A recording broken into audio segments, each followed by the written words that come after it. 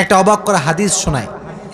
ফাতেমা এমন একজন বউ ছিলেন যিনি তার স্বামীর কাছে কোনো আবদারি করতেন না, কোনো কিছু চাইতেন না। তো একদিন স্বামী আসছে আলী, এসে বলছে, এই ফাতেমা, তুমি আমার কাছে কোনো কিছু চাও না কেন? কিচ্ছুই চাও না, আমি চাই তোমাকে দিতে, তুমি নিতেই চাও না। আজকে তুমি এমন একটা কিছু চাইবা যেটা খাওয়ার জিনিস হবে, আমি তোমাকে নিয়ে এসে খাওয়াবো, আমি তোমাকে নিয়ে এসে। তো ফাতেমা বলছেন, না দরকার নাই। কি দরকার? থাক না, কোনো প্রয়োজন নাই। তো আলী আজকে নাসরবান্দা, না আমি খাওয়াই ছাড়বো আজকে, বলো কি খাবা। তো চাওয়ার একটা লিমিটেশন আছে। উনি বললেন, আমার কিচ্ছু লাগবে না, জাস্ট বাজার থেকে একটা আনার নিয়ে আসবেন। কি নিয়ে আসবেন? তো আলী রাদিয়াল্লাহু তাআলা আনহু বলছে, ঠিক আছে যাও, আমি যাচ্ছি, তোমার জন্য নিয়ে আসবো একটা আনার। বের হয়েছেন নেওয়ার জন্য। এই মনোযোগ দিয়ে শুনবেন হাদিসটা, খুব মনোযোগ দিয়ে।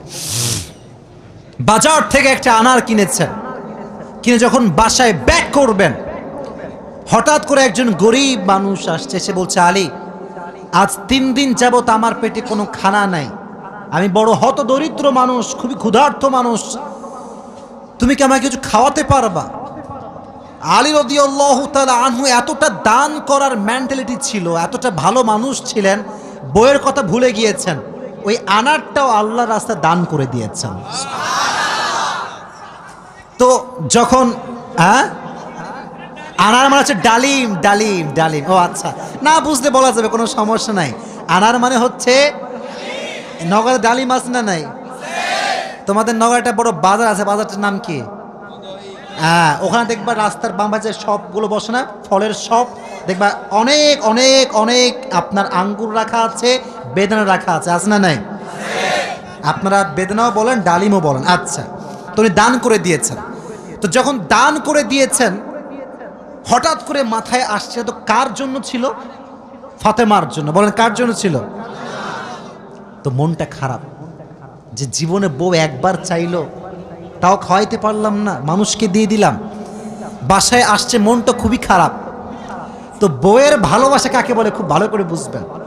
আলী যখন গেটটা খুলেছে, ফাতেমা যখন আলীর চেহারার দিকে তাকাইছে, বলছে, আলী, নিশ্চিত তুমি আমার বেদনা, আমার ডালিম তুমি আল্লাহর রাস্তায় দান করে দিয়েছো। সুবহানাল্লাহ পড়ে।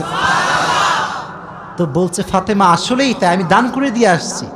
তো বলছে, আলী, তুমি যদি আমার জিনিসকে আল্লাহর রাস্তায় দান করে খুশি হও, আমি ফাতেমা তাতেই খুশি হয়ে গেলাম। অবাক করা বিষয় দেখেন, হঠাৎ করে একজন মানুষ বাসার গেটে নক করেছে, এই কেউ কি আছে বাসায়? গেট খুলেছে, তো দেখছে গেটের বাইরে দাঁড়িয়ে আছে একজন সাহাবী, তার নাম হচ্ছে সালমান ফারসি। তার নাম কি? এদিকে পেছনে কিয়ামত হয়ে যাক, তোমরা আমার দিকে তাকাও। তার নাম কি? সালমান ফারসি। বলছে, কি হয়েছে আপনার, হঠাৎ করে আপনি আমাদের বাসায় আসছেন? বলছে, নবীজি তোমার জন্য 9টি আনার হাদিয়া পাঠিয়েছেন। আপনার সুবহানাল্লাহ পড়তে পারলেন না? কয়টি আনার? আরো জোরে। তো আলী বলছেন, নো, এটা আমার না, এটা আমার হতে পারে না। সালমান ফারসি বলছে, কেন? এটা তোমার জন্য পাঠিয়েছে। আলী বলছে, ভালো করে চেক করো, এটা আমার জন্য হতে পারে না। বলছে, কেন? বলছে, আল্লাহ তাআলা কোরআনে বলেছেন, মান জাআ বিল হাসানাতি ফালাহু আশরু আমসালিহা, যে আল্লাহর রাস্তায় একটা দিবে, আল্লাহ তারে 10 গুণ বাড়ায় দিবে। তাহলে আমার তো 9টা হবে না, আমার হবে কয়টা?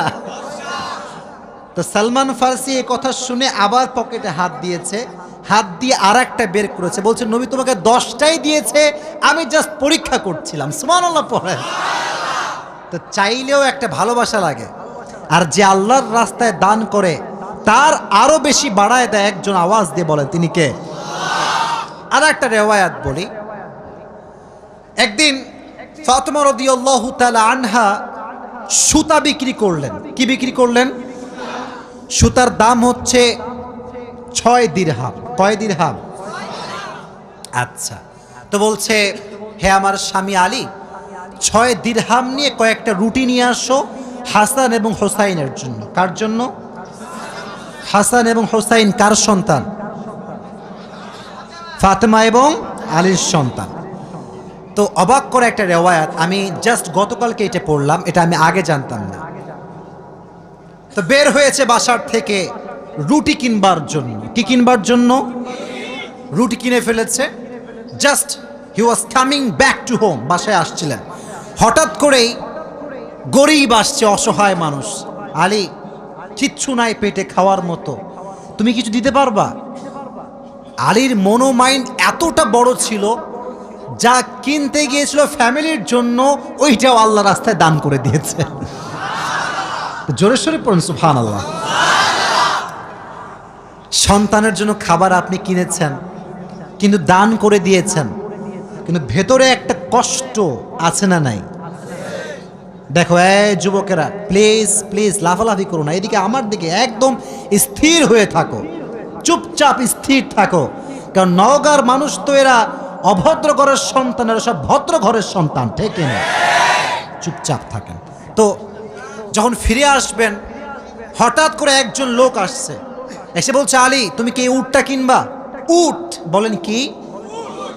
তো আলী বলছে, না ভাই, টাকা পয়সা নাই, কেনার সম্ভব না।